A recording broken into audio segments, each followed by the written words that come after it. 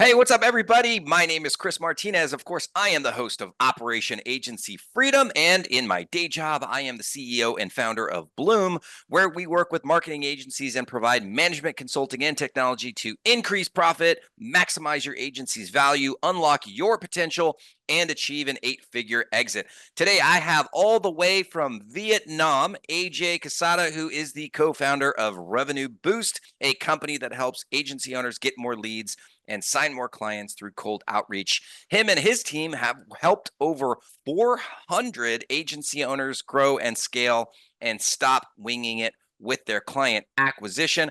I normally never have people on the show that talk about this, but there's a specific aspect of AJ's cold outreach that I really wanted to dive into today. And of course, he is living abroad, so we're going to talk about that too, because I lived abroad for 5 years. So with that being said, let's get started. AJ, welcome to the show. How are you, sir? Thanks, Chris. Thanks for having me, man. Looking forward to chatting today. Yeah. So let's start off. Let's go back. Let's go back a little bit because you're from New York. I'm from Los Angeles, the two biggest cities in the United Yeah. States. And now you're living in Vietnam. You've been there for 5 years. I lived in Mexico also for a little over 5 years. What do you miss most about the US? Oh, definitely the bagels. Bagels in New York, the bread, the pizza, bakery. The bagels. That's hilarious. The people listening probably are thinking I'm like 600 pounds just starting up like that. But You're definitely not 600 pounds, sir. So, like, do you miss anything else about the US? The no, I mean, culture, I the think people, anything? definitely friends and family. Of course, I think that's the hardest thing about just, moving to a new country. I still visit a couple, usually at least once a year. But yeah, friends, family from back home is the biggest thing. And I don't know, I think one thing as well is like just being kind of closer to the action with business. So like, obviously,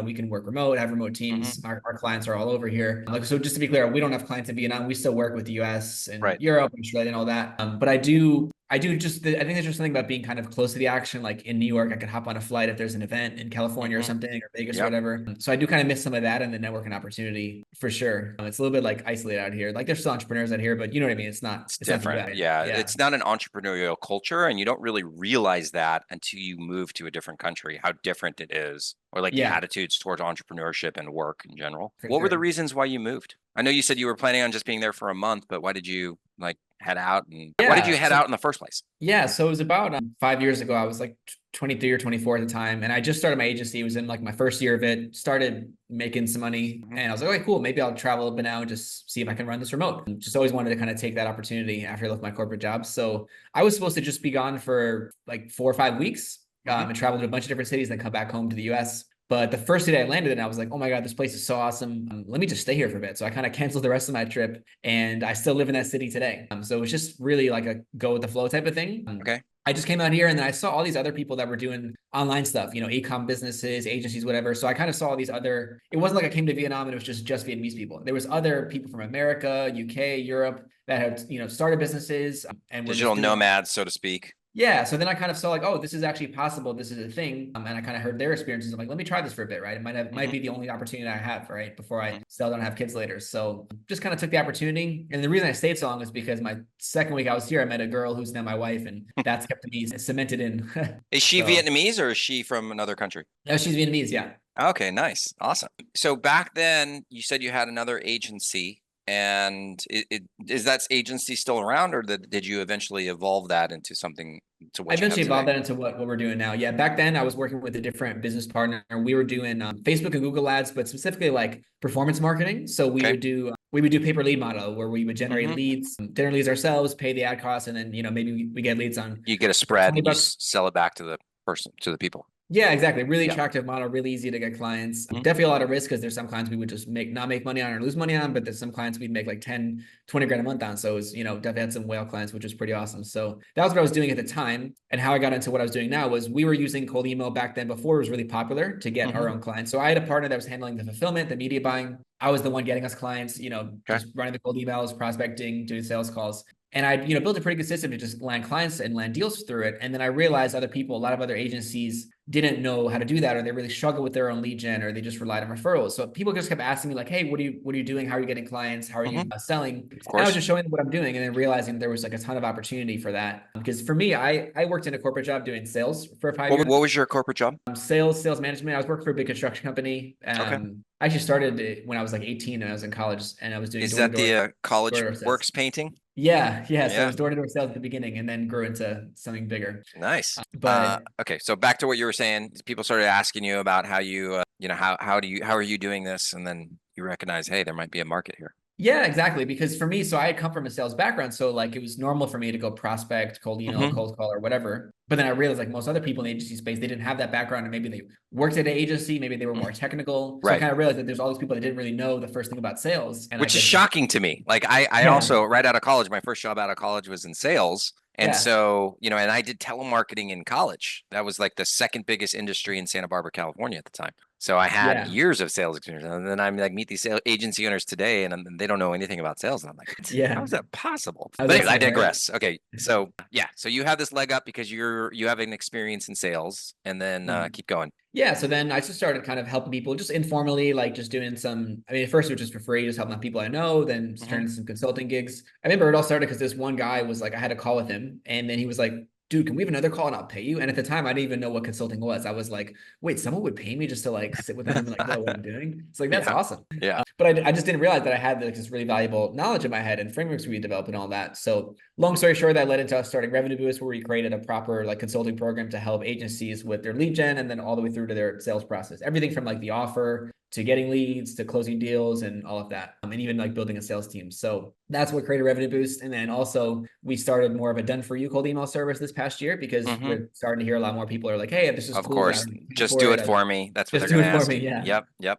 Okay, cool. And so then let's just talk about the first one, which is the kind of consulting aspect of it. So is it basically like courses that they can take to learn how to use your systems, and then you have templates and things like that? Is that Yeah, product? both options. So we have a whole blueprint, videos, templates, SOPs, all that on just how Hmm. to, go from A to Z and get a cold outreach system functioning, getting you calls. And then we have the option where they can work with me as well for like one-on-one calls that just really, dial it in together. And is that the part of the done for you, or is that they can still do one-on-one calls with you underneath the consulting To do it product? yourself, yeah, consulting option, yeah. So that's one Okay. side of the business where I'll be a little bit more hands-on in helping them do it themselves, but the Hmm. end goal is for them to have the system in-house, which I really believe is great for a lot of agencies. It is good to have your lead gen in-house and kind of know how things work. But for those companies that just don't even want to like touch or look at it, we'll just do it for them for the done side. And then on the done for you side, you guys are doing the cold outreach. And I think you said before the show that you use cold email and then you also use LinkedIn. Yeah, we use both. We Okay, use cool. cold email more heavily. We just Mhm. find better results with that, or just not better results, but we can get more, you can kind of scale it easier, right? Because Okay. it's easier to get more email accounts than it is to get more LinkedIn accounts.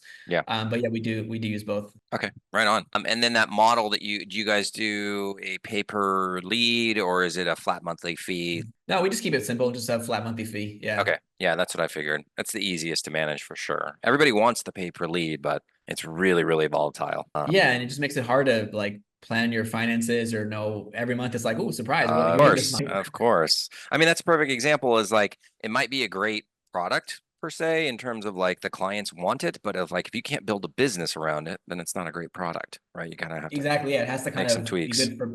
It has to be a win-win for both sides, right? Yeah. Okay, so let's dive more into the mechanics of the cold outreach because, as I mentioned to you, I freaking hate LinkedIn. I get spammed on LinkedIn. I'm starting to hate Facebook too, but I get spammed on LinkedIn constantly. Like at any given moment, I've got 30 spam messages in my LinkedIn to the Yeah. point that I don't even go on LinkedIn. Like people will be like, "Hey, I messaged you on LinkedIn." I'm like, "I never use it," right? Like It's I'm lost. just Yeah. so tired of the junk that I get. So like what are some of the secrets there? Because I can't be the only one. Like there's other people that are, I mean, everybody's getting spammed. You're getting spammed on LinkedIn. Like how do you cut through Yeah. that clutter? Yeah, for sure. So, I mean, it happens to me, happens to everyone. I probably have like five just this morning. So, I think a good starting point. Actually, by the way, to follow up with you on that, what about your email? So, you get these link pitches. Do you see? Is it more like you see the same amount of email pitches as well, but you're more okay with email because you kind of expect that, or like what? Yeah, how's your That's a thoughts? good that's a good question. I do get, spam emails all the time. I'm like have one right in front of my face actually that, and I delete almost all of them. Maybe one out of 1,000 I'll actually open. But if you're, it's a numbers game. It took you 5 seconds to send the email and you send it out to a few thousand people. Even if you get one out of 1,000 to respond, you're going to get 4 leads a day potentially. Right. So I do think that, let me think about this. If it's a really good subject line, obviously, yes, that'll get you to open the email. And then if it's something that I need help with in that moment and I'm like focused on it, like the ones that I've responded to, it's kind of like a lot of ads on Instagram too. It's like if I'm having that problem at that exact moment, then I'll reply. Yeah. And so with email, that's typically what will happen if I do happen to respond. And then also because I do cold email, like, or I like cold email, I kind of appreciate a good cold email. You know Oh, what I because mean? you do it yourself to get. Because I do it myself. You know, like Yeah. I'm a fan of cold email. So like if somebody sends a good one, I'll be like, that's actually pretty good. Like I need to save that one. Yeah. So maybe that's why cold email, like maybe that's also why I'm more of an affinity towards cold email. Plus, in my experience, it works better. Yeah. You know? Yeah, So it definitely does. So in terms of, what do you do to stand out? How do you make sure you're not just for seen as LinkedIn, a for spammer? LinkedIn. Yeah. So first thing is you basically just start to look at your LinkedIn inbox and know what not to do, right? So you'll start to see, and this is the same thing that applies for cold email. When you look at all the messages you receive, they all follow the same pattern, right? They're all very like salesy, promotional. They'll all be very long. They'll start off where the person's just talking about themselves, right? Here's my company. We do this. We can help you with this, right? Okay. It's almost like just like a walking brochure, right? So first just get a lay of the, like, if you want to know how to be different, you have to know what's currently out there, right? So you can figure out how to wedge yourself in that, right? So look at what's out there. You'll kind of see the same way people write, and then just write the exact opposite of that, right? For us, what that looks like is instead of talking about yourself, talk about the person, right? Hey, Chris, I saw that you're, running this company and you guys just hired this person. Usually people in your shoes kind of struggle with this, and we create this free resource to help you with this, right? Just as an example, right? You could do that a million different ways, but like it could be non-personalized. Like that's an example of one where I actually looked at your profile. But if I was automating this and sending it out to a lot of people, I could say, hey, Chris, I see that you're, this title of this company. A lot of CEOs of agencies tell me they have like these two problems. Are you dealing with any of these right now? Right. Point is the tone is more, I'm talking about you and your world and people like you. And I'm just seeing if there's something here that I can help you with. Right. Versus like most people, they just come off, hey, I'm this person at this company. We do this. These are the benefits. Right. So it's very much about not talking about yourself because they don't care about you. Right. Like you're still a stranger to them. And like you wouldn't walk up to someone you wouldn't go up to someone at a networking. I mean, some people do this, right? But it doesn't work. You wouldn't go up to someone at a networking event and just immediately start like shouting off information about yourself and like your company. pitching right? yourself. Yeah.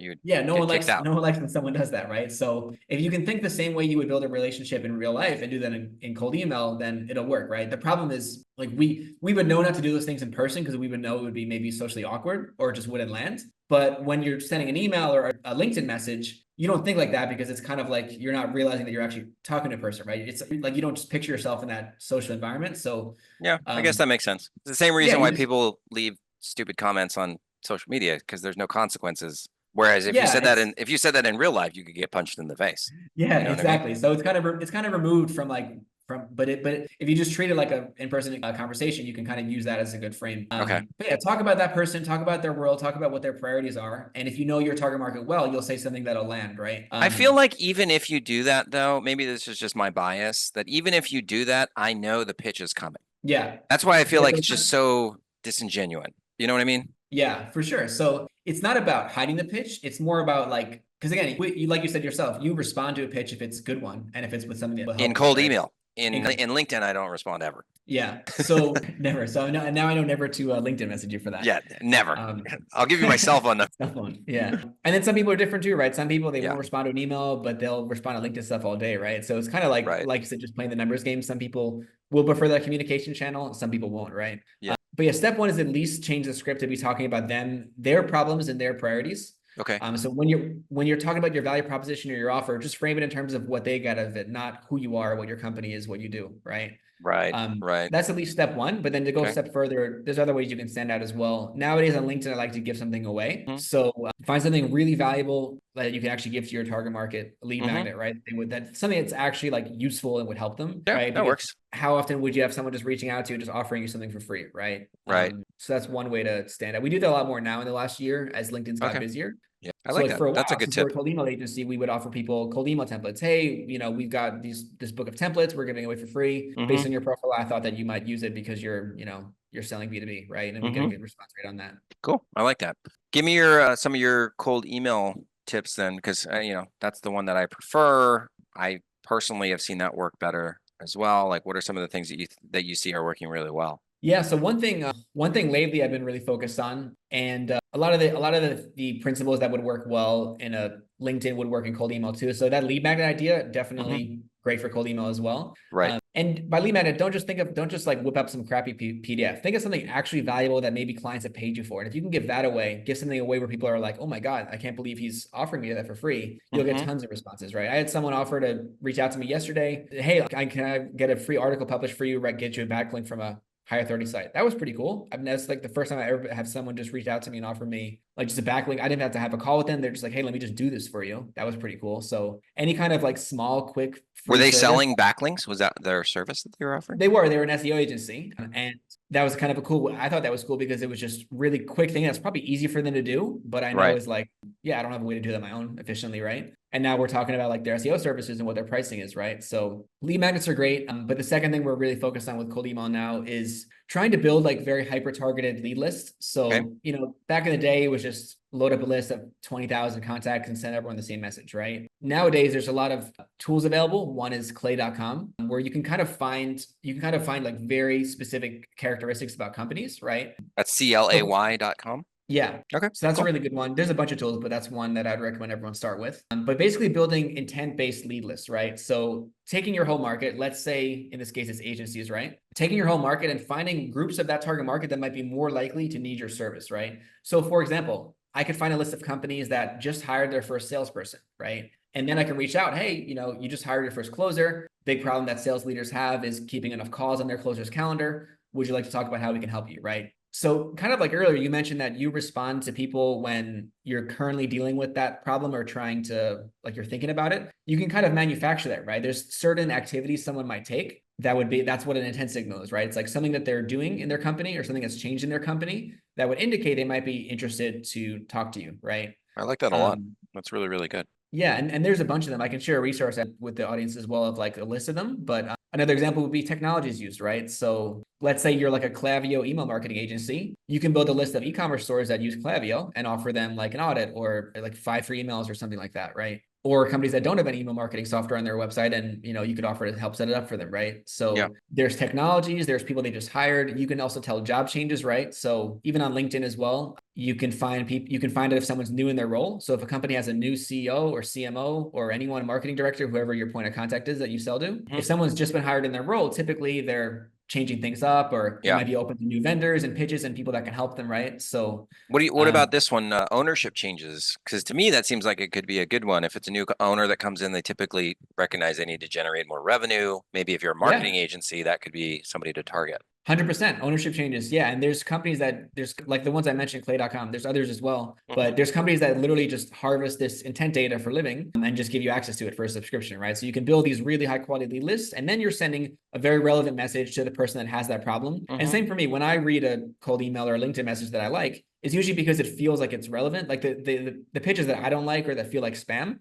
are the ones that it's like, why are you emailing this to me? This has nothing to do with me, right? I love the ones that I get on LinkedIn that says like, we are a web design agency. I think you need help with your website. And I'm like, do you even know what the fuck I do? Like, no, definitely not. I've been doing this longer than you have. I feel like not a clue. And I get emails Swanson. from outbound agencies all the time. People that are like, hey, we can do a cold email for you. And I was exactly. That's That's the really, other thing. It's like, dude, you have no idea what you're doing. So let's talk about this, because I think, this is based on my own experience, I think that marketing to marketing agency owners is incredibly difficult because they're all jaded, right? Like we've seen everything.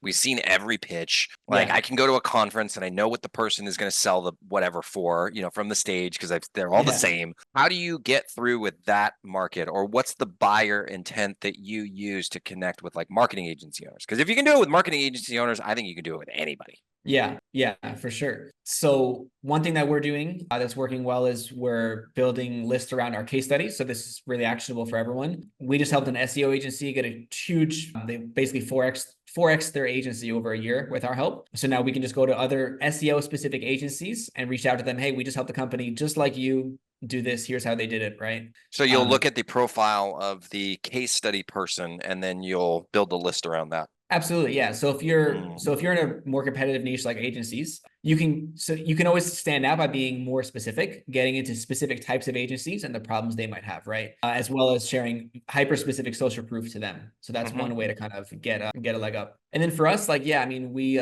we've just worked with so many agencies. So although it's a really tough niche to crack because they get pitched often, not Oh many yeah. people have worked with as many clients as we have in this space. So Yeah. we kind of leverage that. It's funny, like there are other industries I am exploring selling into because I just know that they're much easier if they don't get pitched often, right? But at the same time, it's like Yeah. we have so much of this track record and social proof, so it's kind of hard to just move away from agencies. Yeah. But yeah, using something different. Another thing too would be the lead magnet, I would say. So if you're selling a really so if you're selling to e-commerce stores, I know there's a lot of agencies that sell to e-commerce stores, and those guys get just blasted with like every day with pitches, right? So if you're selling to e-commerce stores, or again any very competitive niche that's heard a lot, then definitely go the freebie route. Just give something insanely valuable away that they haven't heard of before. Yeah. What's a lead magnet that's working really well for you? I'll mention ours once you finish. Yeah, so in our case, the free templates works pretty well, but we also like a email template or what kind of template? Yeah, so because we're a cold email agency, we'll give away like our best cold email templates. Yeah. Yeah, that's kind of similar to us. Like we have a job description, right? So you can go to our website, you can get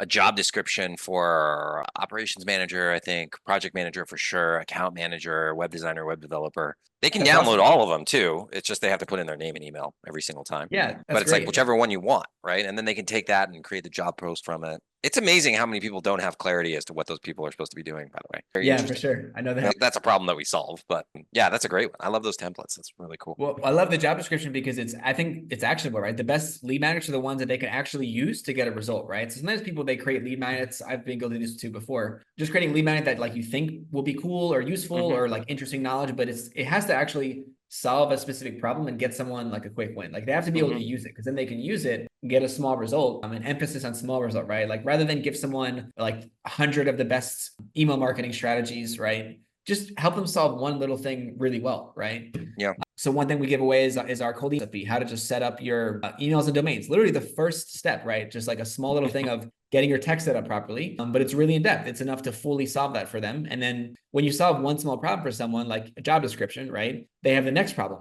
Well, now how do I hire this person? How do I interview them? How do I onboard them? Right? So it kind of can create a really good feedback loop for them to need your help with the next thing. Yeah. Last question. How do you deal with clients where and this is relevant to every agency. How do you deal with clients that you generate leads for them and they suck at closing them or they're not following up fast enough? What's your process that you use to overcome that? Oh, I've never had that happen. No, I'm just kidding.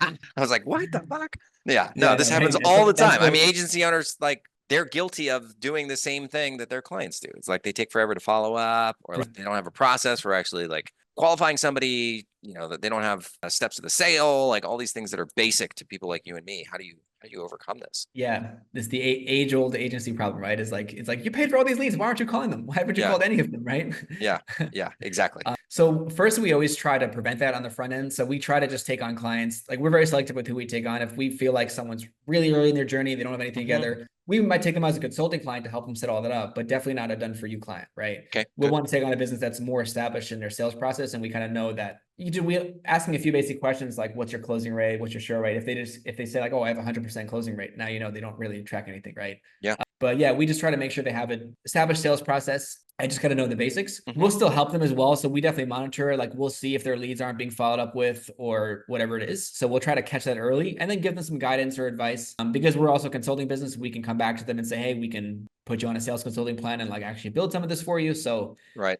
In our case, we could do that. But if someone's listening doesn't offer that service or doesn't want to, I would just find a sales trainer or consultant that could help your clients, because at the end of the day, if they don't solve that sales problem, they're not going to get ROI from your leads. And then we all know what happens, right? So right.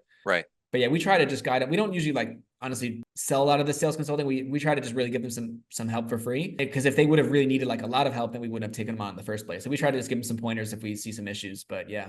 Okay, cool. Awesome, man. I think you have a free course that you could offer our listeners on LinkedIn and email outreach. You want to share that? Yeah, we'd be happy to share it. We did like a 5-day event earlier in the year, and yeah, it's a live event. Live event, yeah. No, that's awesome. Not in person. Oh, it wasn't in person. It was virtual. Okay, cool. Yeah, virtual event. Yeah. Right on. But yeah, it covers everything: the tech, the targeting, copy, templates we use, all that. So I could definitely share that with do you have the link for that, or is there a URL? I mean, we're going to put it in the show notes, of course, too, but I don't know if you want to say it on air. It's a Google Doc. I just compile it all together there, so Oh, I'll just share you the link. okay, cool. Well, I'm too old school. yeah, email me the link and then I'll make sure that we pop it into the show notes. And guys, like, that's a free resource. It's a Google document, like it doesn't get more free than that. Yeah, Unless no opt-in magically you anything. have some sort of opt-in on a Google document. That would be That something. would be a cool product to create. That would be, yeah. All right. Awesome, man. Well, AJ, thank you so much for going on the show. You've been very, very helpful. I wouldn't say that you've changed my opinion on LinkedIn, but I do love your email strategies.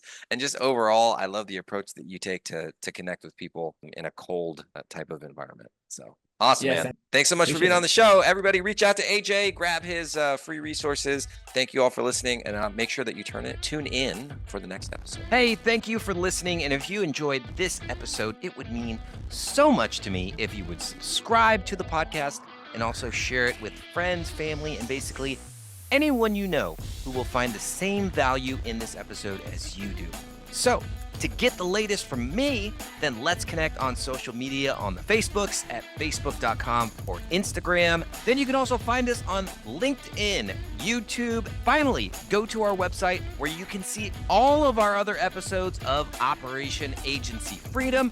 Register for live trainings on how to run a highly profitable agency, and you can see exactly how we help marketing agencies fix their operations and scale to 8 figures and beyond.